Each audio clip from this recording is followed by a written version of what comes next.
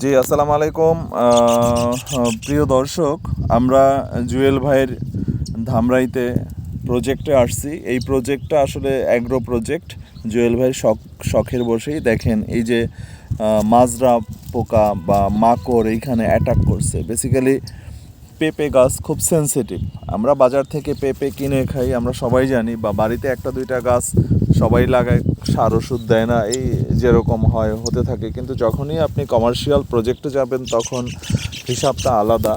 তো জুয়েল ভাই আসলে এই পেঁপে গাছগুলি যখন রোপণ করেছে তখন ছিল বৈশাখ মাস, এবং এইটা আসলে রোপণের আরও 1 মাস বা 2 মাস আগে। পেঁপে গাছ রোপণের সঠিক সময় হলো আপনার জানুয়ারি মাস, এবং জানুয়ারি মাসে যদি আপনি পেঁপে রোপণ করেন, সেই পেঁপেতে আপনার পেঁপে ধরবে চৈত্র মাসে বাংলা, এবং ইংরেজি ধরেন এপ্রিলে।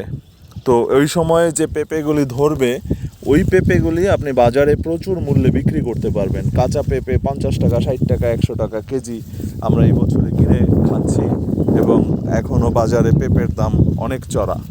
তো এই যে আমি যে কথাটা বলতেছি চাষি ভাইদের, এটা হলো আসলে খুবই গুরুত্বপূর্ণ একটা বিষয়, যে এই গাছ রোপণের পরে নিবিড় পরিচর্যায় রাখতে হয়। কারণ এতে প্রতিদিন বাগানে আসতে হবে এবং এসে ঘুরে ঘুরে দেখতে হবে যে আমার গাছে কী রকমের পোকায় অ্যাটাক করছে, কি দেওয়া উচিত। যদিও তাকে সাজেশন দেওয়া হয়েছে যে পেঁপে গাছের অসুখ যেমন আছে, এর ওষুধও রয়েছে, জাস্ট নিয়মিত স্প্রে করতে হবে। তো এটা হয় নাই, যেমন ধরেন এই যে গাছে খুঁটি দেওয়া হয় নাই। আপনারা এটা খেয়াল করবেন, গাছের কিন্তু খুঁটি লাগবে একটু মোটা সোটা, এবং সেটা প্রথম অবস্থাতেই যদি ধরেন সাইডে রেখে দেয় একটা বাঁশ, মোটামুটি মানে 4 ফিট টাইপের, তাহলে গাছ 2 মাসের মধ্যে বড় হয়ে যায়, এবং তখন 4 ফিট খুঁটিটা আসলে কাজে লাগে। আর এই জায়গাটা আসলে প্রচুর খোলামেলা সুন্দর জায়গা, এবং এটা মৎস্য প্রজেক্ট, সাথে এই যে হাঁসের প্রজেক্ট ছিল। তো বিভিন্ন কারণে আসলে হয়ে ওঠে নাই করা। একটা বিষয় লক্ষণীয়, সেটা হলো যে আমাদেরকে সবসময় খেয়াল রাখতে হবে, মানে অ্যাগ্রো প্রজেক্ট বা এই জাতীয় চাষ, এইগুলা আর পিছনে প্রচুর পরিমাণে আসলে সময় দিতে হয় এবং লেগে থাকতে হয়। তার গাছ কোনোটাই মারা যায় নাই, সবগুলি গাছই সুন্দর হয়েছে।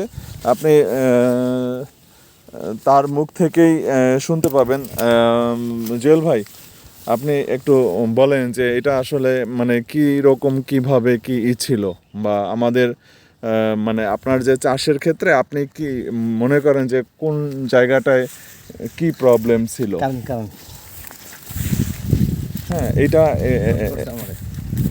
একটু হলো আমরা জুয়েল সাহেবের মুখ থেকে শুনি, কারণ সে কিন্তু অনেক আপনার প্রকৃতিপ্রেমী, এবং আমি দেখছি যে সে গাছকে অনেক ভালোবাসে। তো আপনার কাছে মানে কি মনে হয়েছে যে এইগুলাতে আপনার কি জাতীয় প্রবলেম ছিল? একটু আসলে কাইন্ডলি বল। আমি প্রথমে ডিসি নার্সারির থেকে আমি সাজেশন নেই যে আমি পেঁপে চাষ করতে চাই পুকুরের আলে।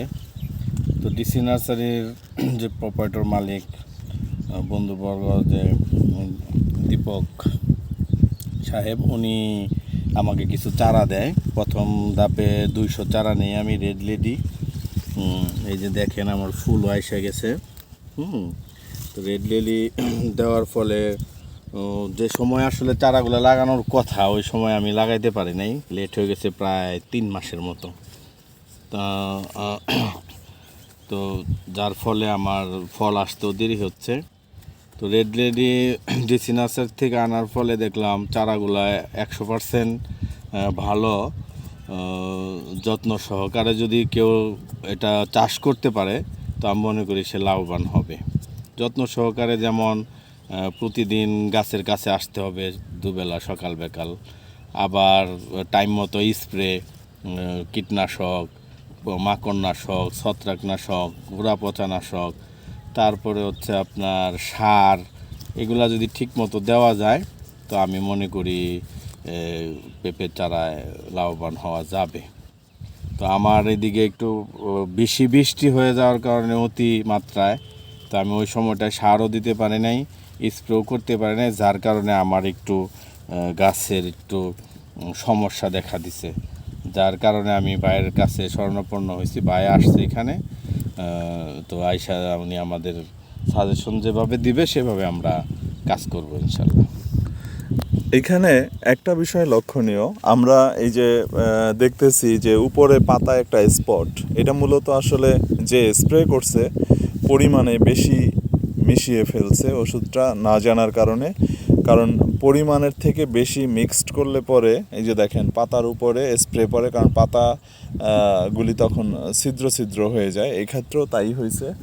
তো এইটা একটা বিষয় ছিল আসলে প্রথম অবস্থাতে। করার কারণে আরেকটা সমস্যা হয়েছে, ফুলেও স্পট। হ্যাঁ, ফুলেও স্পট পড়ছে, মানে মাত্রা অতিরিক্ত ওষুধ দেওয়ার ফলে এই প্রবলেমগুলি হয়। কারণ আমরা যে ওষুধগুলির কথা বলি এগুলি আসলে ভালো কোম্পানির এবং প্রতিষ্ঠিত কোম্পানি যারা ওয়ার্ল্ড ওয়াইড বিজনেস করে। সিনজেন্টার ওষুধ দেওয়া হয়েছিল এইখানে। তো এই ওষুধ দেওয়ার ফলে ওষুধের যে ডোজ এটা আসলে বেশি হয়ে যায়, যার জন্য প্রত্যেকটা গাছের মাথা মানে এই প্রবলেম হয়। এবং ওষুধ স্প্রে করার ক্ষেত্রে যেটা হয়, পেঁপে গাছে নিচ থেকে ওষুধ দিতে হয়। যেমন এইটাই যে মোজাইক ভাইরাসে আক্রান্ত, ফুল চলে আসছে গাছে। রেড লেডির ক্ষেত্রে যা হয় বা সব পেঁপের ক্ষেত্রেই এরকমটা হয়। তারপরও রেড লেডি এই জন্য ভালো, কারণ পাকা পেঁপে বলতে রেড লেডির বিকল্প নেই আসলে। তো আমি মনে করি এই যে ওষুধ দেয়া হয়েছে এটা রিকভারির দিকে যাচ্ছে, হয়ে যাবে ইনশাল্লাহ। এই যে মানে গাছ আপনি দেখেন, এই বৈশাখ মাস আর এখন হলো জ্যৈষ্ঠ পার হয়ে এই আষাঢ় মাস শুরু হলো। তো মাত্র 1.5 মাসে থেকে 2 মাস হয়ও নাই কিছু কিছু গাছের ক্ষেত্রে, তাই না ভাই? হ্যাঁ। তো সেই ক্ষেত্রে যে গাছের ইমপ্রুভ এবং মানে সেটা মাত্রা অতিরিক্ত, এবং আমি মনে করি যে খুবই ভালো। কারণ এই এখানে রৌদ্রু একবারে সকাল সন্ধ্যা। তো আশা করি তারপরও যদিও কৃষি অনেকটাই আসলে প্রকৃতির হাতে নির্ভর করে, প্রকৃতি যদি সহায়তা না করে সেই ক্ষেত্রে আসলে অনেক ভালো ভালো প্রজেক্ট নষ্ট হয়ে যায়। তারপরও আমরা আশাবাদী এইখানে এখন সঠিকভাবে সঠিক পরিচর্যার মাধ্যমে আমরা রিকভারি করতে পারবো। তো এই প্রত্যাশায় আপনাদের সকলকে সালাম জানিয়ে বিদায় নিচ্ছি। খোদা হাফেজ, ভালো থাকবেন।